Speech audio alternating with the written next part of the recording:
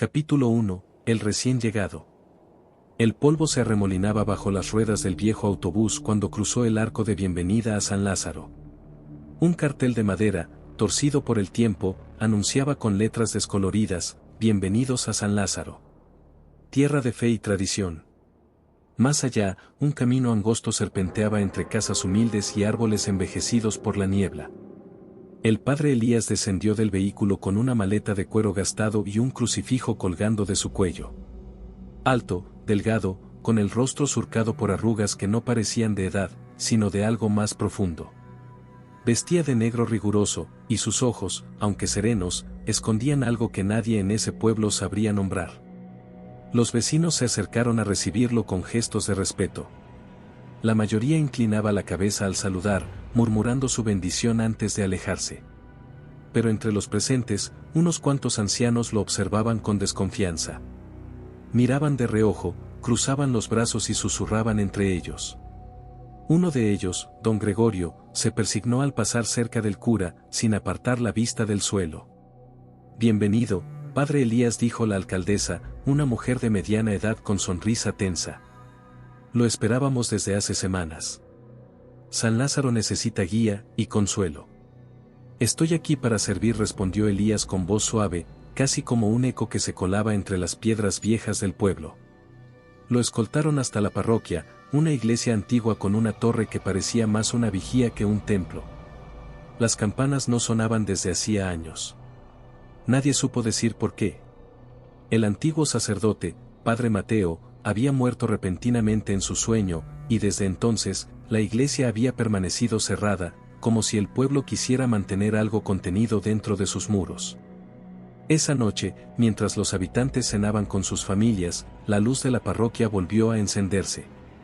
Una figura se movía tras las vidrieras polvorientas, encendiendo velas, barriendo el polvo y dejando escapar incienso por las rendijas.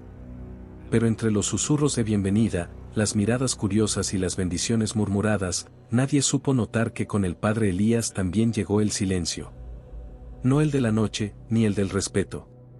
Un silencio antiguo, espeso, que se deslizó por las grietas de San Lázaro como un presagio. Y entre sombras, una anciana que no había salido en todo el día alzó la vista desde su ventana. Murmuró algo ininteligible y tachó un nombre en un cuaderno raído. Luego cerró las cortinas, como si al hacerlo pudiera mantener algo afuera. Capítulo 2. Las primeras grietas. Julián caminaba por el borde del camino con la bicicleta en la mano, pateando piedras mientras el sol caía perezoso detrás de las montañas. Desde que tenía memoria, San Lázaro había sido un lugar tranquilo, casi demasiado. Las rutinas eran inamovibles: misa los domingos, feria los sábados, silencio todas las noches. Pero algo había cambiado desde la llegada del nuevo sacerdote. Al principio no pudo ponerle nombre. Era como si el aire estuviera más denso, como si los días fueran más grises, incluso cuando el cielo estaba despejado. Pero fue con los animales que comenzó a notarlo de verdad. Primero fue el perro de don Jacinto, un viejo pastor alemán que llevaba años vigilando la entrada de la carpintería. Una mañana apareció muerto, sin una sola marca en el cuerpo, pero con los ojos abiertos, como si hubiera visto algo que no podía entender. Después, las gallinas de su tía Clara dejaron de poner huevos y empezaron a picotearse entre sí hasta matarse. Una cabra se ahorcó con su propia soga en el corral de los Mendoza. Y mientras tanto, los vecinos parecían distintos. No hablaban tanto. Caminaban más lento, como si el alma les pesara. Algunos habían dejado de saludar, incluso de mirar a los ojos. Julián lo notaba porque él siempre había sido observador. Su madre decía que tenía ojos de periodista, aunque nunca saldría del pueblo para hacerlo.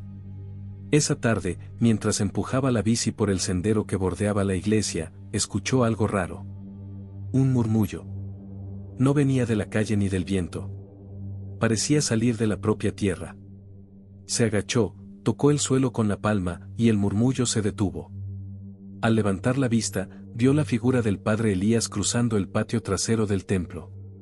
Caminaba lento, como rezando en silencio. Pero al pasar junto al antiguo pozo del convento, ese que hacía décadas nadie usaba, el sacerdote se detuvo. Miró dentro, y sonrió. Julián retrocedió. No por miedo. Todavía no. Pero había algo en esa sonrisa que no le gustó.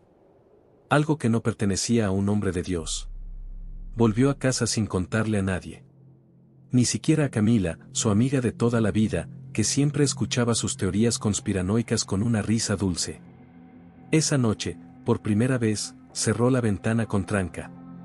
Y al mirar por el vidrio, juraría haber visto una figura parada junto al pozo, mucho después de que el padre Elías hubiera regresado a la parroquia. Capítulo 3. El diario de la abuela. La muerte de doña Matilde no sorprendió a nadie. Tenía más de 80 años, y desde hacía meses apenas salía de su casa. Pero para Julián, no fue solo la pérdida de su abuela. Fue como si se cerrara una puerta a un mundo que nadie más quería ver. Matilde era de las pocas personas en San Lázaro que hablaban sin miedo. Siempre había dicho que las cosas no eran como antes y que la iglesia escondía secretos que nadie se atrevía a revelar. Todos pensaban que deliraba con la edad, pero Julián no. Él la escuchaba, y aunque nunca terminaba de entenderla, ahora empezaba a sospechar que algo de razón tenía. 2 días después del entierro, mientras ayudaba a su madre a ordenar la casa, Julián encontró el diario. Estaba oculto en una caja de galletas vacía, en el fondo del ropero. Era un cuaderno de tapas negras, cubierto de polvo y con el nombre M garabateado en la primera página. Cuando lo abrió, la caligrafía temblorosa de su abuela llenó las hojas con fechas, nombres y párrafos inquietantes. 28 de septiembre. Escuché los cantos de nuevo. Vienen desde abajo, desde la cripta que sellaron después del incendio. Nadie quiere hablar de eso. Dicen que fue un accidente, pero yo sé que no. 15 de noviembre. El hombre de negro apareció otra vez. No envejece. Es el mismo que vi cuando era niña. Nadie más lo recuerda, pero yo sí. Lo llaman padre ahora, pero no lo es. 3 de enero. No puedo confiar en nadie. Ni siquiera en la iglesia. Sobre todo, en la iglesia. Si algo me pasa, que alguien lea esto. Que no olviden lo que duerme bajo San Lázaro. Julián sintió un escalofrío recorrerle la espalda. ¿El hombre de negro se refería al padre Elías? ¿O a alguien más? ¿Y qué era eso de una cripta? Siguió leyendo durante horas. Las entradas del diario se volvían cada vez más caóticas. Algunas estaban tachadas con furia. Otras apenas se entendían, como si hubieran sido escritas temblando. Pero todas apuntaban a lo mismo, algo antiguo y oculto bajo la iglesia, y una presencia que había regresado. Esa noche, con el diario escondido bajo su cama, Julián no pudo dormir. Sentía que su abuela lo había dejado con una misión. Una advertencia. Y mientras la lluvia comenzaba a caer sobre el techo de zinc, el muchacho creyó escuchar, una vez más, ese murmullo lejano. No venía del viento. Venía de la tierra. Capítulo 4. La misa del susurro. El domingo amaneció nublado, con una niebla espesa que parecía no querer levantar. A pesar del clima, la iglesia volvió a llenarse. Era la primera misa oficial del padre Elías desde su llegada, y el pueblo, como dictaba la costumbre, asistía en silencio, con la mirada baja y la devoción gastada por los años. Julián llegó tarde. Se sentó en la última fila, con el diario de su abuela aún fresco en su memoria. Cada palabra escrita parecía cobrar vida en aquel templo de piedra, donde las imágenes de los santos parecían más tristes que sagradas. A su lado, un par de niños jugueteaban con una estampita, ajenos a todo. El padre Elías subió al altar con su paso sereno, imponente. Vestía una sotana nueva, negra como el hollín, sin una sola mancha. Alzó los brazos y comenzó la homilía, hablando de fe, de sacrificio, de silencio. Y entonces, sucedió. Julián no supo en qué momento exacto empezó, pero sintió algo moverse en el aire. Un murmullo. No como el de una voz humana, sino como si las piedras mismas hablaran en un idioma olvidado. El sonido no venía del altar ni de la calle, venía de todos lados y de ninguno al mismo tiempo. Giró la cabeza. Nadie más reaccionaba. Las mujeres rezaban con los ojos cerrados. Los hombres asentían con la mirada perdida. Incluso los niños permanecían en silencio, como si un peso invisible los hubiera envuelto. Julián se inclinó hacia adelante, tratando de captar alguna palabra entre los susurros. Lo que oyó fue apenas un aliento, una sílaba distorsionada, como si una lengua extranjera estuviera intentando romper el velo del mundo. Y en medio de esa confusión, lo sintió. Una mirada. Alzó la vista hacia el altar, y el padre Elías lo observaba. No interrumpía su discurso. No se había detenido. Pero sus ojos estaban fijos en Julián, como si supiera exactamente lo que estaba escuchando. Como si ese susurro estuviera ahí, para él. Julián apartó la mirada, el corazón golpeándole las costillas. Se sintió expuesto, atrapado en algo que no podía explicar. Cuando la misa terminó, los fieles salieron en silencio, como siempre. Algunos sonrieron, otros simplemente se alejaron. Pero Julián se quedó unos minutos más, mirando el altar vacío. Antes de irse, sintió el impulso de girarse una vez más hacia los bancos. Capítulo 5. El hombre del sombrero. Julián no podía dejar de pensar en lo que había escuchado en la misa. La sensación de estar siendo observado por el padre Elías no lo abandonaba, y el murmullo persistente de aquella lengua extraña seguía resonando en su cabeza. Durante días, intentó concentrarse en sus tareas cotidianas, pero todo parecía estar conectado con la iglesia, con el sacerdote y con los secretos que su abuela había intentado revelar. El pueblo continuaba su vida como siempre, pero algo había cambiado. Los rostros parecían más apagados, las conversaciones más cortas. Los viejos murmullos que había escuchado sobre la iglesia empezaban a tener sentido. Y, en medio de todo esto, apareció el hombre del sombrero. Era conocido en San Lázaro como el loco del pueblo. Su nombre era Ramón, un hombre de aspecto desaliñado que caminaba por las calles como si estuviera perdido en su propio mundo. Siempre llevaba un sombrero de ala ancha que nunca se quitaba, incluso bajo el sol abrasante o la lluvia más intensa.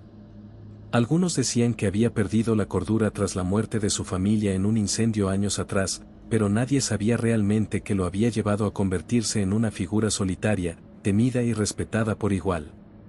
Una tarde, mientras Julián caminaba por el mercado, Ramón lo interceptó en la plaza principal. El hombre del sombrero se acercó con paso lento, como si cada movimiento le costara esfuerzo. No investigues más, muchacho, dijo, su voz rasposa, como si hubiera estado hablando consigo mismo durante años. No te metas en lo que no entiendes.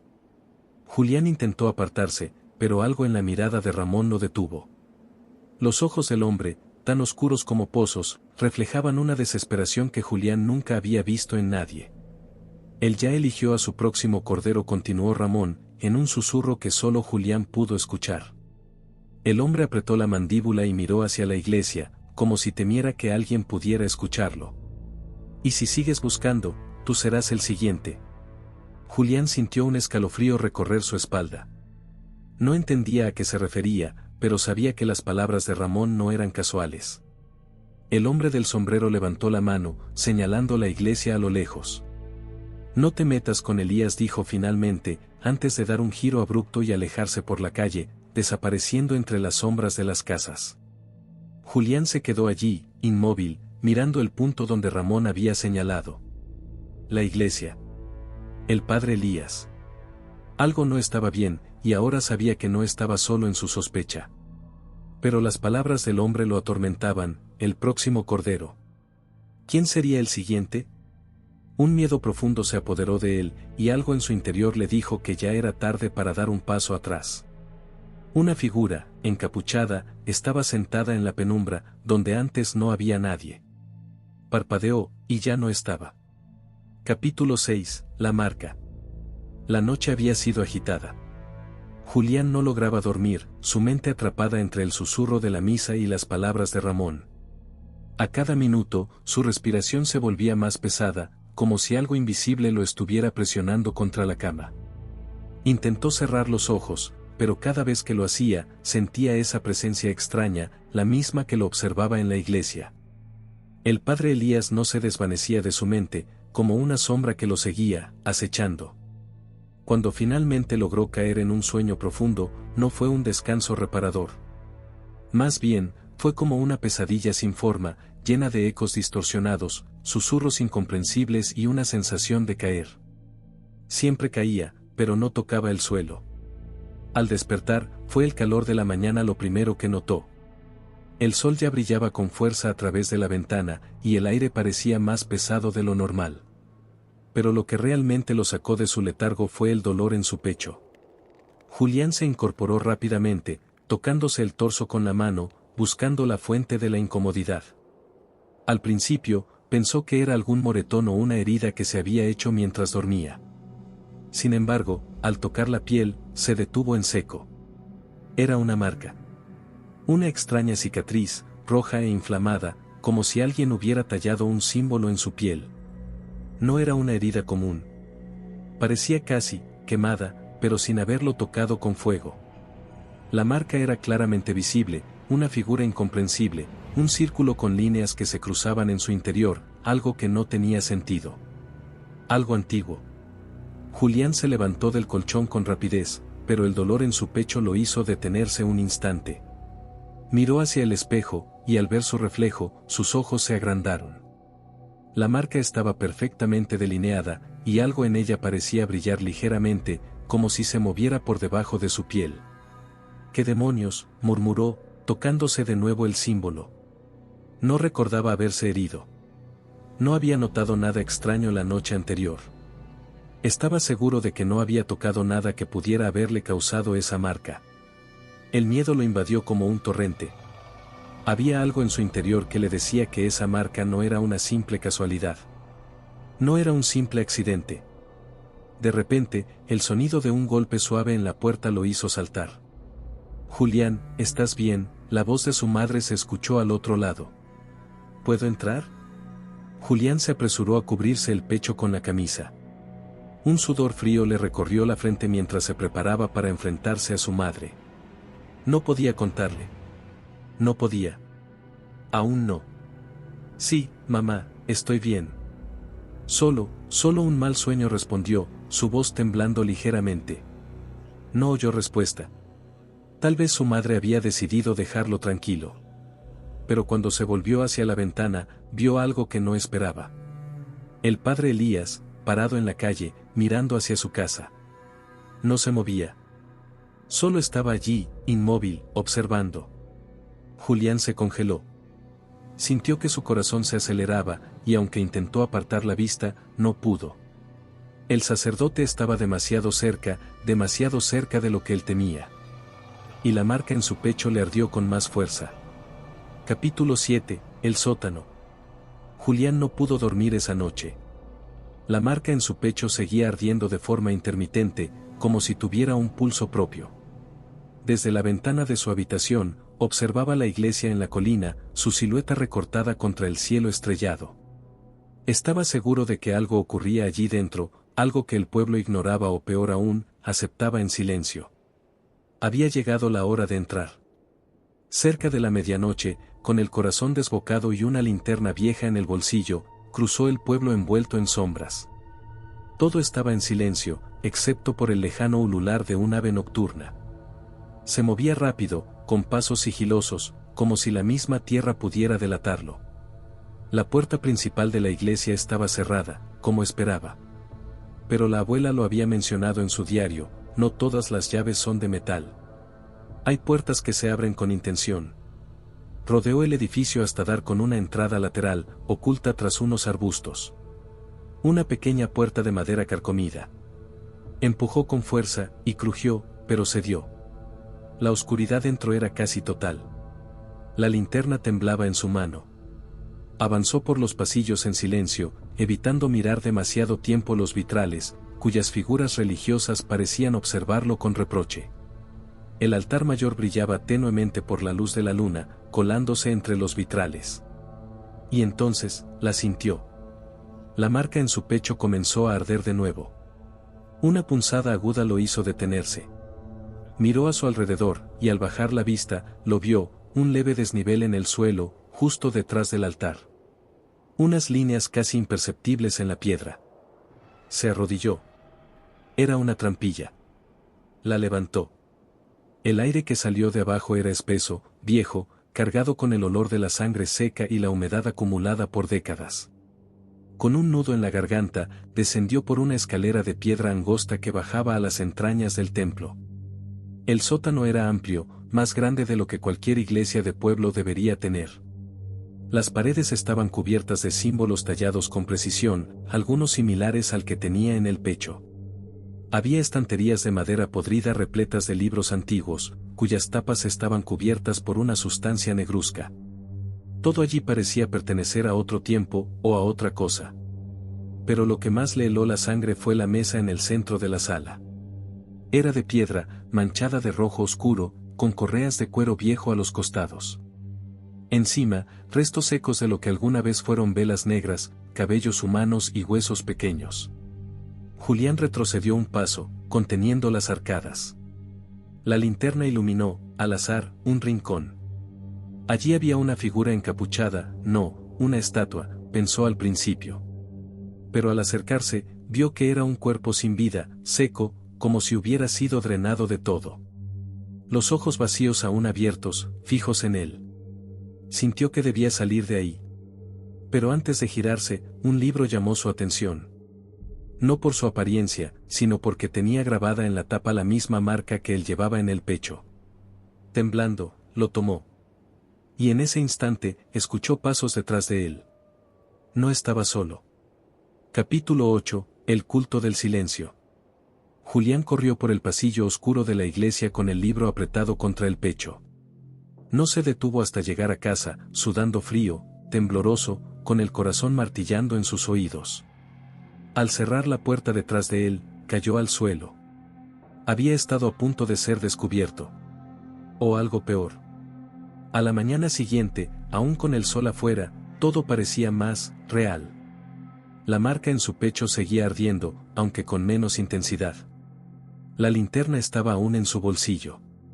Y el libro, ese maldito libro seguía allí, sobre su escritorio, como una amenaza muda. Pero antes de abrirlo, buscó el diario de su abuela.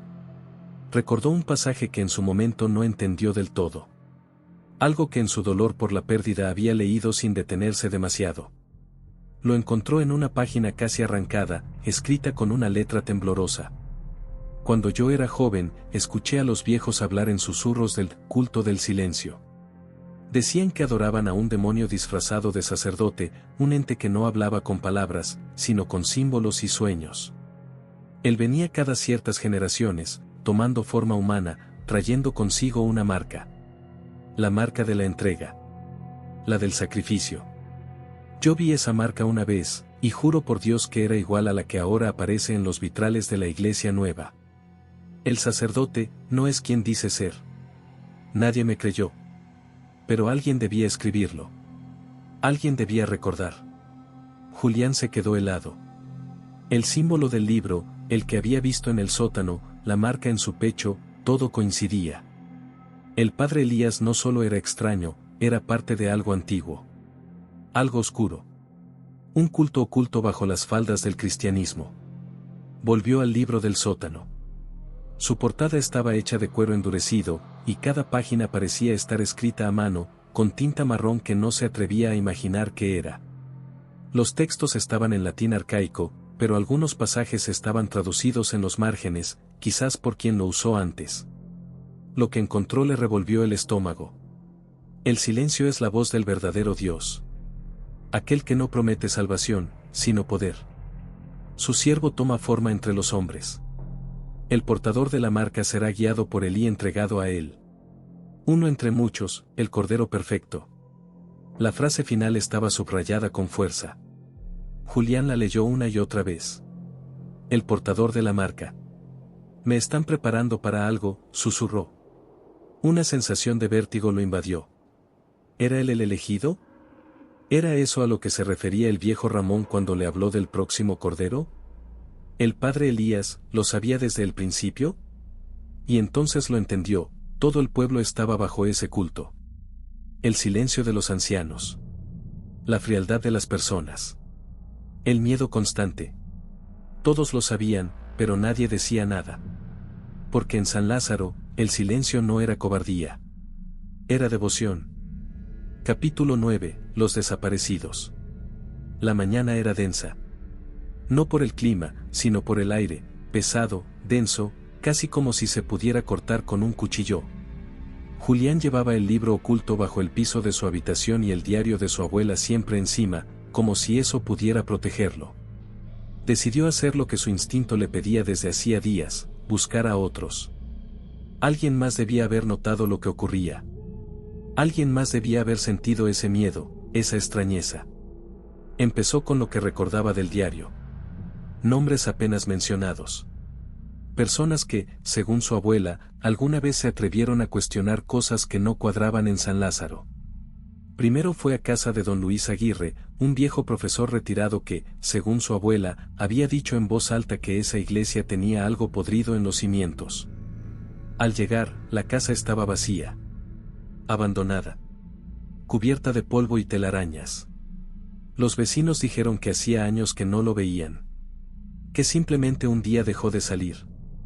Después fue por Camila Duarte, una mujer que había trabajado como sacristana antes de que llegara el padre Elías. Preguntó por ella en la tienda del pueblo, en la plaza, incluso en la escuela vieja. Camila, le dijo una anciana con los ojos vacíos. Pobrecita. Murió de tristeza, decían. Pero nunca encontramos su cuerpo. Y luego vinieron otros nombres. Todos con finales parecidos, desaparecidos sin dejar rastro, muertes sin cuerpos, hospitalizaciones repentinas por delirios. Era como si cualquier intento de cuestionar la figura del padre Elías fuera castigado con el olvido. Julián comenzó a sentir la opresión de esas miradas en la calle. Ya no lo saludaban como antes. Las conversaciones se detenían cuando él pasaba. Algunos cerraban las cortinas con disimulo al verlo. San Lázaro no solo guardaba secretos. San Lázaro sabía. Esa noche, al volver a casa, encontró en la puerta un sobre. Dentro, una sola hoja, con letra temblorosa. Calla, si quieres vivir. Él ya eligió. Al reverso, una lista de nombres, con el suyo al final. Y junto a su nombre, un símbolo pintado con tinta negra. El mismo de su pecho. Capítulo 10, la misa negra. La noche cayó como una manta de tinta, pesada, sin estrellas. La luna nueva reinaba con su ausencia, oscureciendo todo. Julián ya sabía que esa noche no era como las demás. Las pistas estaban en el diario, entre líneas, en palabras tachadas y vueltas a escribir. Su abuela lo había descubierto también, y eso la condenó. El silencio es más fuerte durante la luna nueva, decía una entrada. El pueblo se duerme. O al menos, finge dormir. Con una linterna de luz roja para no delatarse, Julián se acercó a la iglesia desde el costado, por donde antes había entrado. La puerta lateral estaba abierta. Nadie vigilaba. Era como si lo esperaran.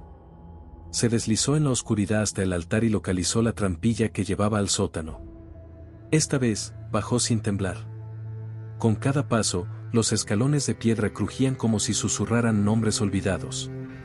Al llegar, se encontró con lo que solo había imaginado en sus pesadillas. La cripta estaba iluminada por decenas de velas negras.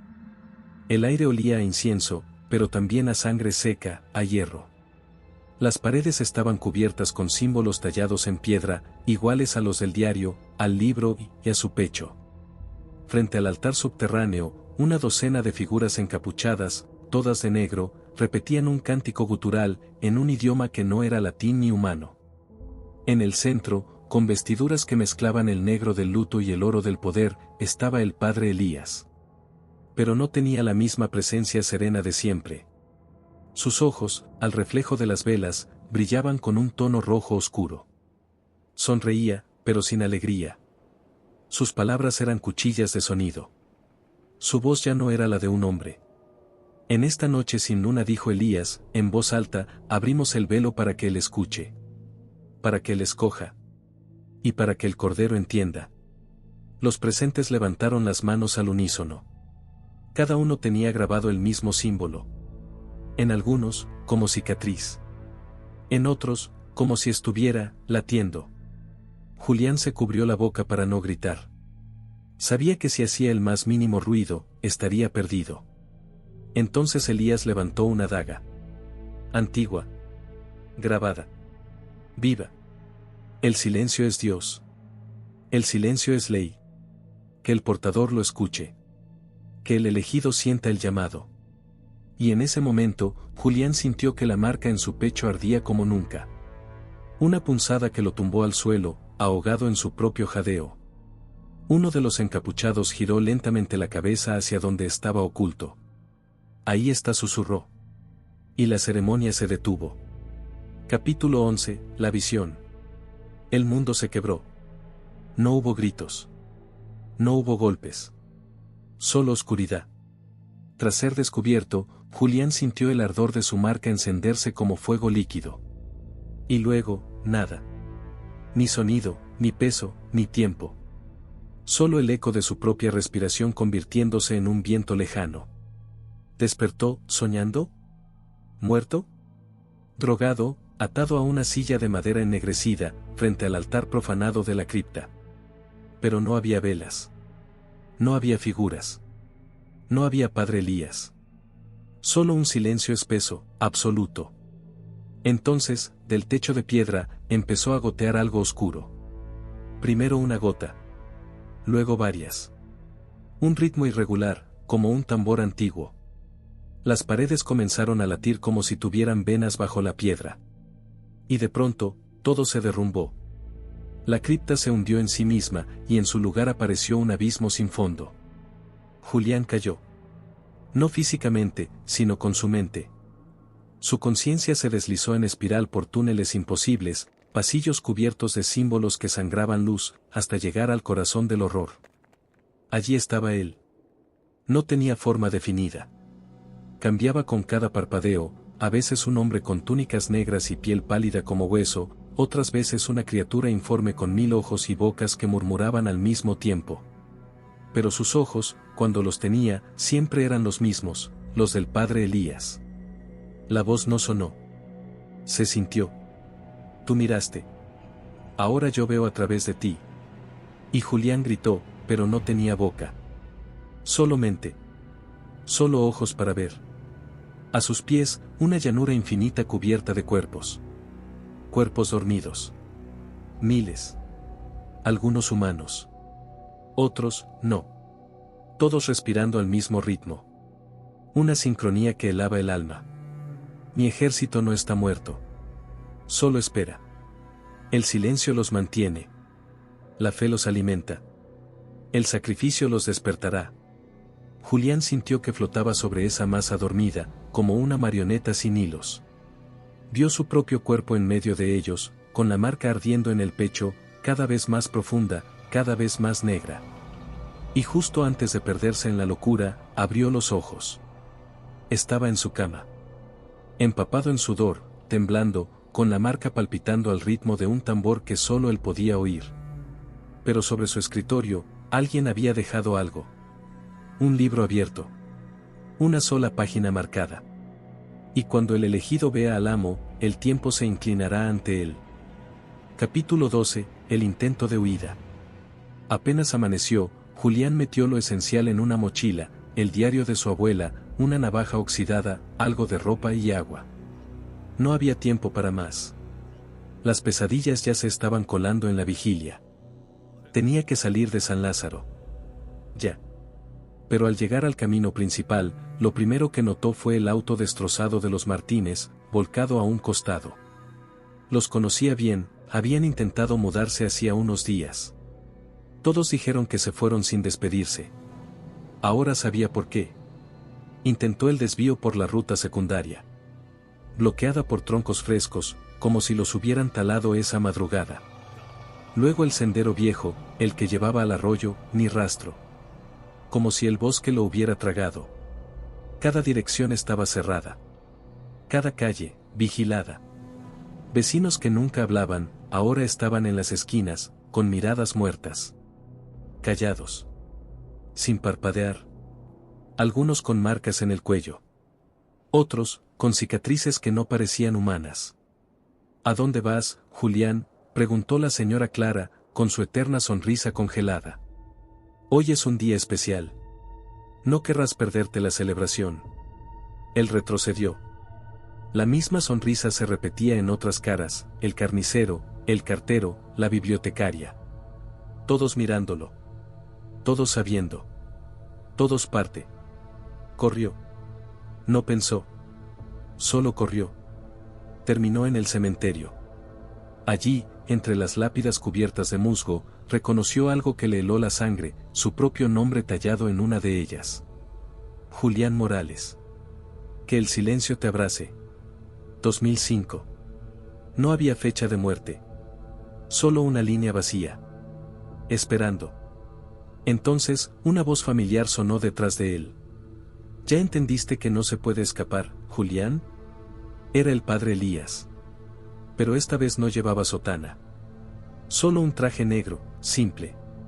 Casi mundano. Sus ojos, sin embargo, seguían brillando. Este pueblo te eligió mucho antes de que nacieras.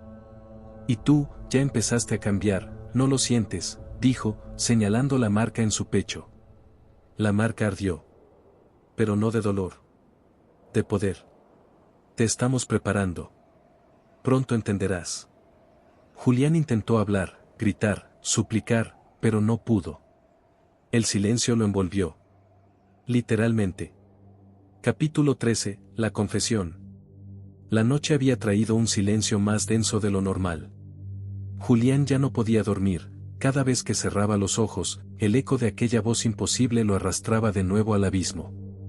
El pueblo estaba más callado que nunca. Y eso era peligroso. Cerca del amanecer, una pequeña piedra golpeó su ventana. Golpe. Golpe. Golpe. Al abrirla, no había nadie. Solo una figura diminuta corriendo hacia el callejón, un niño. Lo conocía. Era Mateo, el hijo de Rosa, la mujer que vendía pan en la plaza. Julián lo alcanzó. El niño temblaba, con la cara pálida y los ojos bien abiertos. Vi algo, dijo, apenas un susurro. Escuché al padre Elías. Estaba en la iglesia, solo. Hablaba raro. Como si tuviera muchas voces en una. Julián se agachó. ¿Qué decías? ¿Qué escuchaste exactamente? Mateo negó con la cabeza, temblando. No eran palabras. Era como si me dolieran los oídos al oírlo. Me escondí, pero creo que él me vio. No me buscó, pero sonrió. Como si ya supiera que estaba ahí. El niño sacó algo del bolsillo, una hoja rota del misal, cubierta de símbolos garabateados con tinta negra. Era el mismo símbolo que Julián había visto en el sótano. El mismo que estaba en su marca. Mamá dice que no debo hablar de eso, susurró Mateo. Dice que no debo pensar en eso. Pero yo tengo miedo, señor Julián. ¿Usted me va a ayudar? Julián sintió un nudo en el estómago. Sí, claro que sí. Pero al tomar la hoja, la tinta comenzó a correr como si sangrara. Las palabras se deformaban frente a sus ojos, mientras un murmullo empezaba a llenar sus oídos. Mateo lo miraba fijamente. Él ya sabe que hablamos. Ya lo sabía desde antes. Siempre lo sabe. Un trueno lejano rompió el cielo. Cuando Julián levantó la vista, el niño había desaparecido. Capítulo 14, el ritual. No recordaba cómo lo habían atrapado. Solo recordaba el golpe. Y luego la oscuridad. Despertó atado. No con cuerdas, sino con algo más frío, más vivo. Tiras negras como raíces que se movían por sí solas, rodeando sus muñecas y tobillos. Estaba en la cripta. Lo sabía por el olor, sangre seca, humedad, cera derretida. El lugar era inmenso. Mucho más grande de lo que jamás imaginó. Lo que había visto antes no era ni el vestíbulo. Debajo de la iglesia había un templo completo.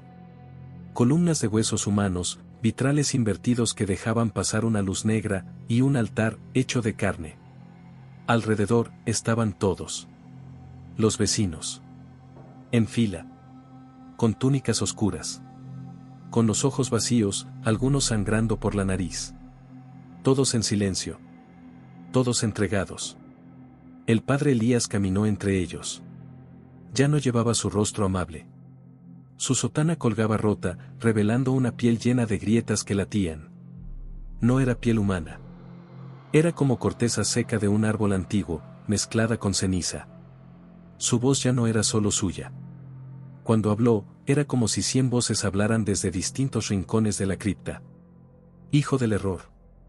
Heredero de la sangre antigua. Hoy dejarás de resistirte. Levantó una daga curva, de un metal que no brillaba, sino que absorbía la luz. El símbolo estaba grabado en ella. El mismo de la marca en el pecho de Julián, que ahora ardía como fuego puro. Los presentes comenzaron a cantar. Una lengua imposible. Gutural. Densa. Las raíces que ataban a Julián comenzaron a tirar de él hacia el altar. Entonces lo vio. Detrás de Elías, una puerta de piedra se abrió sola. Y más allá, el demonio real, un ser sin forma definida, compuesto de bocas, garras, alas quemadas y ojos que lloraban sombra. Dormido. Pero latiendo. Como un corazón gigante. El ejército dormido, pensó Julián. Elías alzó la daga sobre su pecho. Los cánticos aumentaron. El lugar tembló. Julián gritó. Pero nadie lo oyó. Excepto uno. Una pequeña figura entre la multitud. Mateo. Lo miraba. Y le hizo un gesto casi imperceptible, como si dijera, resiste. Capítulo 15, El silencio de Dios. El puñal descendió. Julián cerró los ojos. Pero no sintió el dolor. Sintió una explosión sorda dentro del pecho, como si algo despertara, pero no en él, sino bajo él. La cripta tembló. Los cánticos se volvieron gritos. Y el padre Elías se congeló. La daga cayó al suelo, rebotando como si quemara. Mateo, el niño, había gritado algo. Una palabra que Julián no comprendió, pero que hizo eco en el alma de la piedra. Fue como si el aire se partiera. Como si algo muy antiguo hubiera sido invocado, pero no por Elías. Algo más profundo. Más viejo que el demonio mismo. Algo que no había sido invitado, pero que ya estaba despierto. La puerta detrás del altar estalló. Y el demonio abrió los ojos. Pero no miró a Julián. Miró a Elías. Y rugió. El padre Elías gritó con todas las bocas que lo habitaban. Su forma comenzó a retorcerse, como si cada célula de su cuerpo fuera arrancada y devuelta al barro. Las raíces que sostenían a Julián se pudrieron al instante. Corrió sin mirar atrás, mientras los muros de la cripta se venían abajo, uno por uno, como si una fuerza invisible arrancara la iglesia desde sus cimientos. El pueblo ardía. Desde la colina, Julián lo vio, San Lázaro consumiéndose entre fuego negro y cenizas rojas. Y en medio del humo, una figura caminando. No era Elías. No del todo. Era algo nuevo. Más delgado. Más alto. Más vacío. Donde debería haber un rostro, solo había una mancha de sombra que se deshacía al mirarla. Julián intentó moverse, pero no pudo. Estaba de rodillas. Temblando. Con el corazón latiendo como un tambor de guerra. Y entonces, el mundo quedó en silencio. No el silencio de la noche. Ni el silencio del miedo. El silencio de Dios.